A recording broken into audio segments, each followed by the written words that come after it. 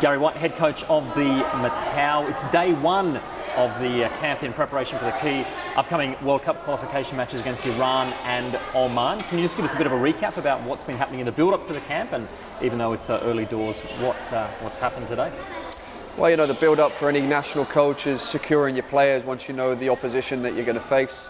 So the build-up's been, talking to clubs and making sure players are released for these two games, these two massive games for us. And then it's a question of also having the domestic squad being prepared properly. My assistant coaches have been doing a great job with that.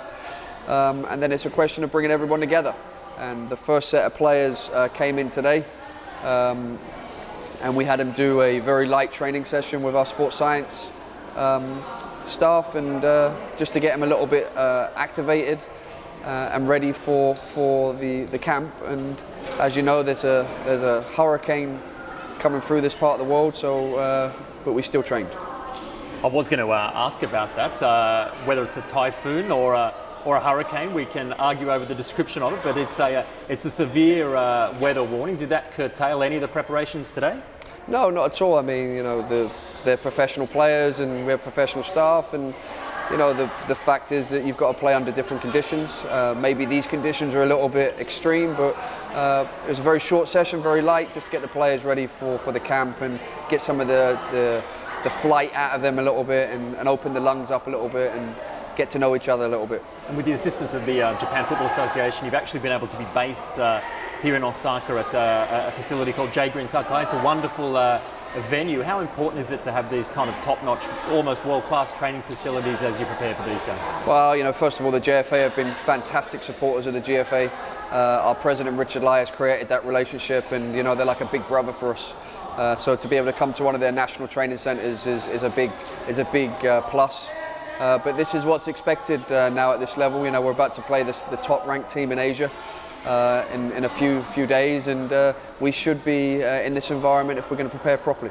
Day one, as you said, a soft kind of day waiting for the other players to arrive. What's on the schedule for tomorrow?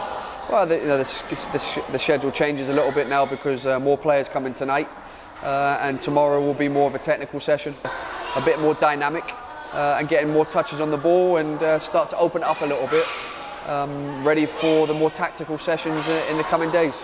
You've got your weather forecasting hat on. You hope that this typhoon is going to pass and you're going to have an uninterrupted preparation. Unlike all the other interruptions that we may have had coming up, we're very focused on what we're doing, and whatever the weather is, we'll be out there training and preparing for these big games. I should ask you about that. You're seeing, as you mentioned it, there was a bit of press around the last couple of days around potential visa hurdles, and we heard from the Iranian camp as well. They had their say on their difficulties in the preparation. Has that affected things in any way?